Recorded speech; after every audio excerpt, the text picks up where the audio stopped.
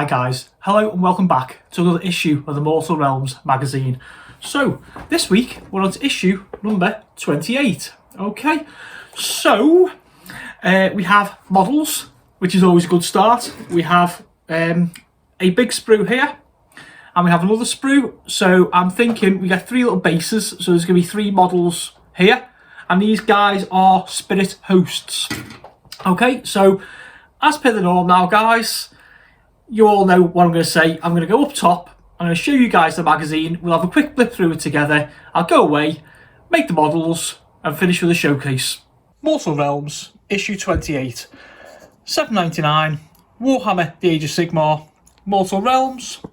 Come down, there's our spirit hosts, okay, and then our bullet points. Battle games in the Age of Sigmar, spirit hosts, Nighthorn's army painting guide, new war scrolls and battle plan.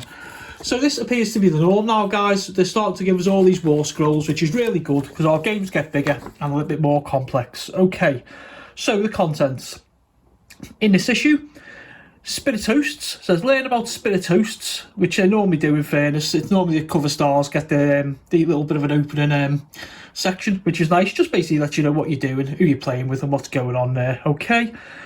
Extremist Chambers. Discover the Extremist Chambers. Elite Stormcast Eternals Cavalry. Okay. Who ride deadly colossal beasts to battle. That'll sound interesting. How to build Spirit Hosts. So that's our guide to the model assembly. How to paint Spirit Hosts. How to paint Nighthorn's Procession. Okay, in this paint guide you will apply several colours to your Nighthorn collection, bringing them all up to the same standard. Okay. Spirit Hosts War Scroll, so that's our sheet that tells us all about our models. And Cleansing the Grove. The Sylvaneth have requested the help of the Stormcast Eternals, who must cleanse a sacred grove of Nighthorn Geists to restore life to the forest. So sounds like a good issue, guys. There's the editor's bit there. And then we go straight on to the Nighthorns section. Okay, and we are looking at Spirit Hosts. Okay. So it says, of the many deadly geists that haunt the mortal realms, spirit hosts are perhaps the most common. Okay, so straight away, guys, right onto the artwork. And there's the spirit hosts in the background there, looking to cause mayhem. Okay. So as you know now as well, guys, all these pages clip out and they all go together in a binder. Hence the fact of why we have the Warriors 7 there. Okay. That's for the collectors or the people who are actually interested in collecting the series.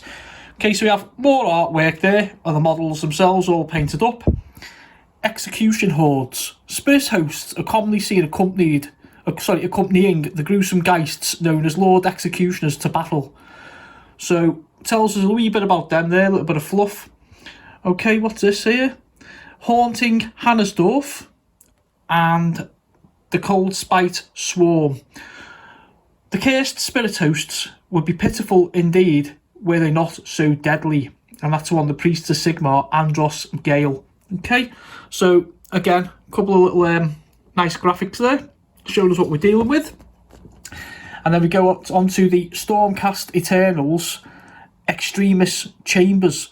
So Sigmar and Dracothian have long been allies, and this alliance is embodied by the Extremist Chambers. Together, immortal warriors and their star-scale children of Dracothian, the Great Drake, form an unstoppable force upon the battlefield.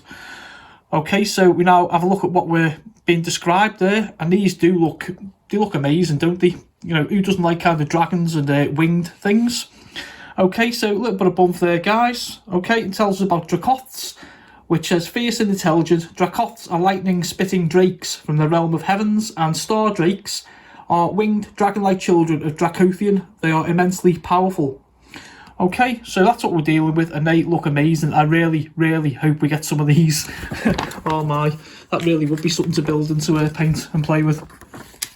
Okay, and just shows us a few of the models on there. So there's Lord Celestant on Stardrake, Drakesworn Templar, Tempestors, Fulminators, Desolators, and Concussors. Okay, now, I'll be honest, I haven't heard of half of these. So, you know, I'm going to learn something. I always say every week, don't I? You know, I'm going to go away and have a look. And just see and learn something, you know. So it gives us the Extremist Chamber, led by Lord Celestat, and then it just goes down, tells us all about the way the chamber itself is formed. That's probably something more really for the guys who actually play, as to the guys who are more on the fence. But you know, hey, you know, it's nice to have, isn't it? It gives you that idea if you want to start one of these chambers and lay down a couple of grand on all the models. I won't lie to you guys, this does cost. Okay, how to build spirit hosts. Okay, so yeah, it just gives us a couple of different bits and bobs about choices of parts, detail views, usual don't chop off your fingers, choice of accessories for the bases, how to build them. So again, the click together, and I say this in quotes, easy build models, but we shall see. Because the amount of times, you know, we're up to 28 issues now, the amount of times I've said to you, oh, you know, this looks amazing, I'll go away, I'll be back in 5 minutes and we'll have everything built. It takes me an hour of real time, I come back, my fingers stuck together, and moaning about Games Workshop and how they could have made it a little bit more easy. So looking at this here, guys, I'll be honest with you, the jury's out until I actually go away, build these and show them back in the showcase. Okay, so following on from the building guide, as always, how to paint spirit hosts. There's the paints, gather your models. So we're looking at Codex White, to that level there. Nelac Oxide, like so. And that's what it should look like there. Back with the Codex White and the dry brushing. Okay, we all know what dry brushing is now, and again, what the finished models should look like. So, I mean, you know, they're literally a couple of colours. There isn't even like an ink on there. I mean, personally, I would splash a little ink on just for fun. You know what I mean? More so like around the gravestones and stuff like that. But, you know, you turn up on a table with them, you know, they look amazing anyway. So, I mean, yeah, you know, kudos to them for making a really simple job look nice. Okay, so how to paint the Nighthorn's Procession. So in this, the second part of the paint guide, you will be applying more paint to some of your existing Nighthorn models, bringing them all up to the same standard of finish. So it tells us who to get. So it's all the ones we've had, basically. Okay, and then just going to go across then what we're going to use. Put a couple of roses on the Mephiston Red or the Briar Queen. A little bit of detail on the Dread Scythe Harridans. Raycar Flesh on the skulls and spines. A little bit of work around the mounts with their horns and stuff. A few smaller details. I mean, this is nice, you know, for those who are actually following along with the paint guide. I mean, I'll probably just get to the end of the subscription and I'll probably just blast the whole army out in a couple of days. Okay, Balthasar Gold. I knew, do you know what? This issue, I knew I was going to trip over something. Okay, so just touching up the weapons with gold. Candlesticks and stuff like that, little bits, little touches on the armour, as you can see by the pictures, and you know, they are really coming together nice, you know. And then the bells, studs, and the final details. So this is what we're kind of looking at up to now. This is a really nice little guide. Cantor Blue, again, shows like some small minor details. The what's this, paint the glass section of the Banshee's Hourglass. So yeah, I mean, that's really nice for you guys who are like going to be into painting and really getting stuck in. And then Agrax Earthshade, again, just dulling down those colours and making all the bones and basically stand out, which is nice. And again, on the gold, which will dull the gold. Around the details of the armour and the bell, just basically making it look old and a little bit worn. Same again with the Agrax Earthshade. Going over the roses. So you can see now, guys, what this is doing. It's basically just killing the colours, pardon all puns. And that's what we should be looking at up to now at this stage of the painting progression. But obviously, as you all gathered, we are going to be getting more different colour paints. But it is nice. I'm taking it, obviously we're going to get all the Storm Host ones and all that sort of stuff. Stormcast Eternals and stuff as well. Yeah, so it's just going back over again all the other models as previously mentioned and just giving you an idea of how they all come together. The Lord Executioner, oh my word. Every time I see this model, he's so flimsy, but he's absolutely lovely, isn't he? Okay, your Spirit Torment and your Guardian of Souls there. And then we go on to our War Scrolls for our Spirit Hosts. So again, briefly, it tells us the wounds, the movement, the save and their bravery, and gives a little bit of a description of what they can actually do, what we need to hit, to roll, to wound, all that kind of good stuff.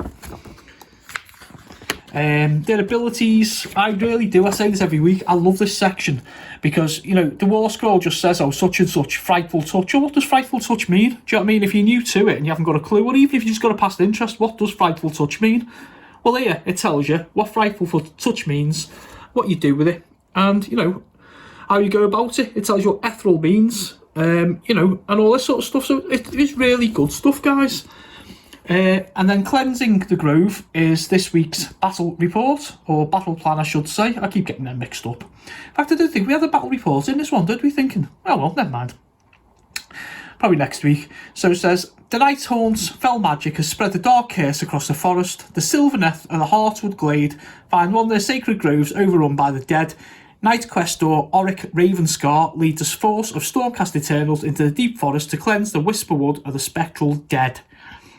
So, gives us like a little bit of a map, gives us like a little bit of an idea, gets us up for the bump and all that. You're playing it with your mate, you want to know what you're fighting over, what the score is, etc. Okay, so battle plan there, Purge the Whisperwood, shows us who we need. So Sequitors, Knight Questor, Liberators and a Prosecutor for the Stormcast, and the usual boys, the Chain Rasps, the Dreadblade Harrow, and a couple of Spirit Hosts. And we can see the piece of scenery that we got the other week there, along with the new battle mat. Okay, so it tells us the armies I just mentioned, how we set up. The Nighthorns has the first turn, and guess what it's going to be, guys? Glorious victory. The game ends when one player has no models left on the battlefield. Not even going to say it. Those of you who keep watching every week are going to be saying it along with me now, so there we go. And then we go to the second to back page, Mortal Realms Guidance. Okay, get help or advice from our friendly Warhammer store staff, and a web address. Warhammer Community is basically a place to go where you can meet up with like-minded hobbyists. It's like the forums. Okay, Exploration. This is the one, if you like your wallet or your bank account, guys, don't go to. Okay, it'll take you straight through to Games Workshop's website, where they'll have loads and loads and loads of all these lovely models, and you're just going to be going cha-ching, cha-ching, cha-ching, or more importantly, their tills will be. And yeah, it costs, guys, like I always say. So, issue 29, and again, you know, I'm repeating myself now. Oh, we got paints, Null Oil and Baneblade Brown. That said, on a positive note, I don't have either of them, so it'll be something else to add to my collection. And there's a little preview of what the issue's going to look like. Okay, guys, I'm going to go away now. I'm going to build these Spirit Hosts. I'll come back for the showcase and we'll finish up. Hi, guys. Welcome back. So, not the ending to the video you were expecting. Let me just put it out there. This kit is absolutely horrendous. Horrendous. Games Workshop, you should be ashamed of yourself for putting an easy fit kit together. Hachette, you need shooting. Honestly, this is 28 issues into this magazine, and I've never, ever put a model or set of models in a bin before. I spent 2.5 hours of my life. I'm never going to get back trying to put this absolutely horrendous shit show of a model kit together. I have nothing else to say. I've got nothing to show you because it's all three of them are in a bin. I don't know where to start. The instructions, terrible. The rocket scientist who put the idea of a kit like that together should be hung. Stupid little joints. I've made models for 20 years. I've built orcs, I've built tanks, I've built scenery, I've built tiny things, I've built large things. I've played every version of Games Workshop games, Lord of the Rings, 40k, Age of Sigmar, Warhammer Fantasy Battles before that even, so I'm showing my age now. This is a rant, honestly. I'm trying my hardest to keep the expletives down. I am fuming. If you are buying this series issue for issue, just skip issue 28. Just skip it. Unless you're prepared to pay £8 for just the magazine, because you're not going to win. Seriously. Yeah, if you're a subscriber like I am, just put it down as a loss. They're going to be models that you're probably never going to use anyway if you're an experienced gamer, because you're going to take the kits that you build and the stuff you have and construct your own army. Shocking, just absolutely shocking. I'm really sorry to end the video like this, but I will not lie to you. As I say, there's been some kits in the Nighthaunt range that are tricky to do, and that's fair enough because they're lovely models. And I've often said, you know, please be very careful with these things. They're extremely fragile, but this one is a fucking joke. Okay, next week we've got paints, so I might still have the will to live to continue the series. Right now, I am just... Do you know what? I'm going to end it with an apology one more time, because you guys deserve a better product than this. My money deserves a better kit than that. And I will see you for the next one.